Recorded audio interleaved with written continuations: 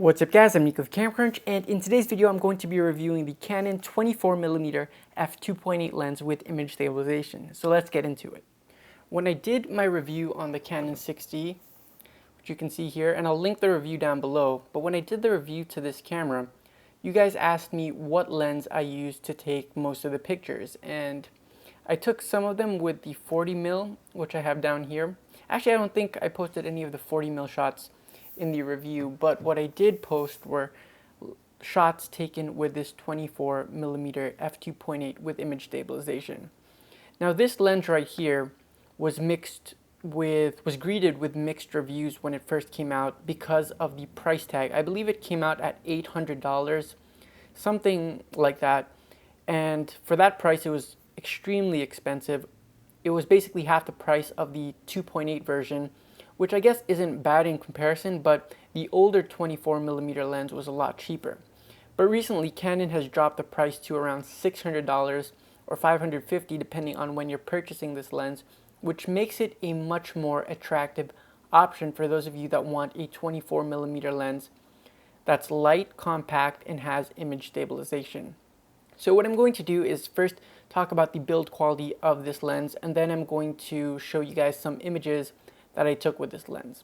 So let's start off with the build quality, and I have to say that the build quality of this lens is extremely outstanding. This is probably nearly L quality in terms of build quality.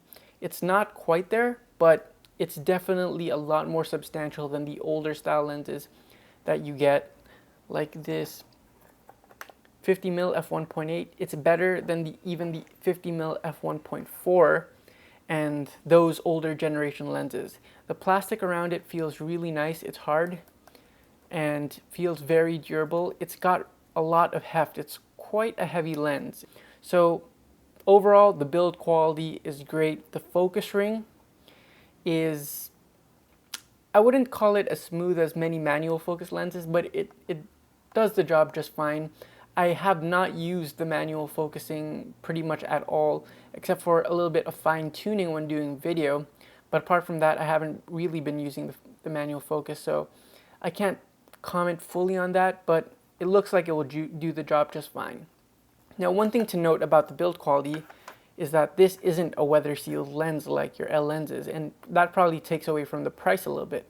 As you can see here, you have your metal mount, which is nice, but you do not have your rubber gaskets that surround it like your L series lens. Well, most L series lenses. There are some L series lenses that do not have weather sealing, but most of them do, and this one, unlike the L series, does not have weather sealing.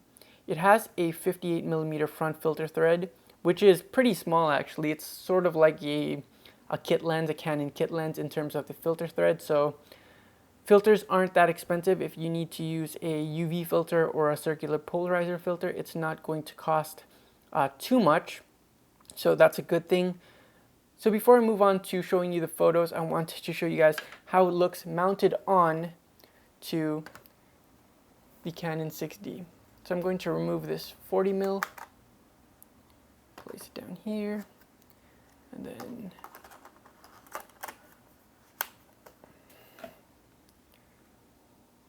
so that's how it looks. It's really nice and compact, and overall this is a very good sort of setup if you want a wide angle everyday kind of lens to use with your camera. It's really good, and yeah, let's move on to the pictures. You always hear that the 35mm lens is sort of the best for walk around everyday use, but I happen to find the 24mm lens to be a very good focal length for everyday use. You can do a lot of scenery shots, landscapes, you can even do environmental portraits or more creative portraits of people using the 24mm focal length, which is what drove me to try the 24mm f2.8 IS. I've always been drawn to wider angle lenses, and so this seemed like a nice balance between ultra wide and just semi-wide for everyday use. Now this lens does exhibit some distortion and some vignetting wide open, but that's easily compensated for and corrected using software like Adobe Lightroom, which has already built-in profiles that correct it for you. The lens also has some chromatic aberration, which you can see in this image wide open, but it hasn't been too big of a deal, and again, it's easily correctable in post. In terms of raw image quality output, this lens has exceeded my expectations, and it's very, very sharp, even wide open. Most of these shots are actually shot at f2.8. You can see that there's a little bit of shallow depth of field. If you get the f1.4, you can push this even further, but f2.8 does the job for me, and it can shoot in almost every situation I want with the 6D. I can highly recommend this lens for anyone that wants a wide-angle compact prime to take everywhere with you. Again, it has exceeded my expectations, and I can see this being stuck on my camera for a while. Now here's image stabilization off, just to show you guys how it looks. It's a little bit shaky, and here it is on. And as you can see, it's smoothed out a bit. But unless you're doing video or really low light shooting, then you won't really need the image stabilization too much. So overall, this is a very nice lens. The Canon 24mm f2.8 IS is a nice compact solution if you want to shoot the 24mm focal length. It has image stabilization, which makes it good for handheld night shooting, as well as for video when you're doing handheld video.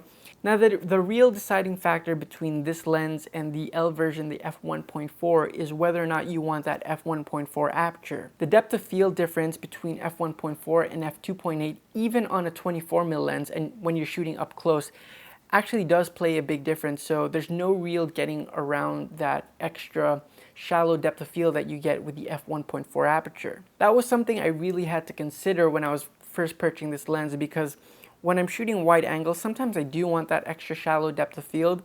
Although having used this for a while now, I do appreciate the f2.8 aperture, and I don't see myself longing for more shallow depth of field that, you know, a faster lens would give me. So I'm really happy with this lens, and you know, this lens is pretty much what is glued onto my camera right now at the moment. I'm Nico of CamCrunch. If you like this video, definitely give it a thumbs up. Subscribe if you haven't yet. Follow me on the social networks, which will be linked in the description box, and I'll see you guys in the next video.